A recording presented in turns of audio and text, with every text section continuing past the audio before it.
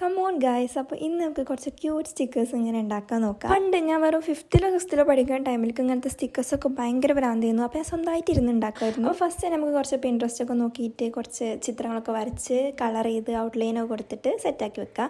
അതിന് ശേഷം നമുക്ക് ഓരോന്നായിട്ട് കട്ട് ഔട്ട് ചെയ്തെടുക്കണം. ഒരു വൈറ്റ് പോർഷൻ ഇട്ടിട്ട് വേണം കട്ട് ഔട്ട് ചെയ്യാൻ വേണ്ടിയിട്ട്. പണ്ട് ഞാൻ അങ്ങനത്തെ കുറേ ഉണ്ടാക്കി ഒരു കുപ്പിയിലൊക്കെ ആക്കി ഇങ്ങനെ വെച്ചിരുന്നു, ആവശ്യം വരുമ്പോൾ യൂസ് ആക്കാൻ. അങ്ങനെ ഫുള്ള് കട്ട് ചെയ്ത് മാറ്റിയതിന് ശേഷം നമുക്കൊരു ബട്ടർ പേപ്പർ. ഇനിയിപ്പോൾ ബട്ടർ പേപ്പർ ഇല്ലെങ്കിൽ നോ വറീസ്. ഞാൻ പണ്ടൊക്കെ A4 ഷീറ്റിൻ്റെ മുകളിൽ എണ്ണ ആക്കിയിട്ട് ഉണക്കാൻ വെക്കും. അത് ബട്ടർ പേപ്പറാക്കി യൂസ് ചെയ്യലാണ്. അങ്ങനെ ഒരു ബട്ടർ പേപ്പർ എടുക്കുക, അതിൻ്റെ മുകളിൽ ഇൻസുലേഷൻ ടാപ്പ് നിരത്തി ഒട്ടിക്കുക, അതിൻ്റെ മുകളിൽ നമ്മൾ ഉണ്ടാക്കി വെച്ച സ്റ്റിക്കേഴ്സ് വെക്കുക. സ്റ്റിക്കേഴ്സ് വെച്ചതിന് ശേഷം അതിൻ്റെ മുകളിൽ പിന്നെയും ഇൻസുലേഷൻ ടാപ്പ് ഒട്ടിക്കുക. സംഭവം കഴിഞ്ഞു, നമ്മൾ സ്റ്റിക്കർ റെഡിയാണ്. ഇനി ഇത് കട്ട് ചെയ്തെടുത്താൽ മാത്രം മതി. ഞാനൊക്കെ പണ്ട് ഇത് എത്ര ഉണ്ടാക്കി കയ്യും കണക്കുമില്ല, അത്രയും ഉണ്ടാക്കി വെച്ചിട്ട് ഞങ്ങൾക്ക് ആവശ്യമില്ല അപ്പോൾ അങ്ങനെ എടുത്ത് യൂസ് ആക്കിയിരുന്നു. ഭയങ്കര സാറ്റിസ്ഫൈ ആയ ഒരു പരിപാടിയാണ് ഇത്. ഇനിയിപ്പോൾ നമ്മളിതാ ഞാൻ നേരത്തെ പറഞ്ഞ പോലെ ഒക്കെ ഇങ്ങനെ കട്ട് ചെയ്ത് ഒരു വൈറ്റ് പോർഷൻ വിട്ടിട്ട് കട്ട് ചെയ്തെടുക്കുക. അപ്പോൾ അങ്ങനെ സംഭവം കഴിഞ്ഞു ഗൈസ്. ഇനി നമുക്ക് വേണ്ട സമയത്ത് സിമ്പിളായിട്ട് യൂസ് ചെയ്യുക. ഈ ബാക്കത്തെ ബട്ടർ പേപ്പർ ഇങ്ങനെ മാറ്റി കൊടുത്തിട്ട് സുഖമായിട്ട് ഒട്ടിക്കുക. യാതൊരു പണിയോ റിസ്ക്കോ ഒന്നുമില്ല, വീട്ടിലുള്ള സാധനങ്ങളായിരിക്കും ഈ അധികമുള്ള കാര്യങ്ങൾ. അപ്പം എന്തായാലും അടുത്തൊരു വീഡിയോ ആയിട്ട് വരാം. അതുവരേക്കും ബൈ.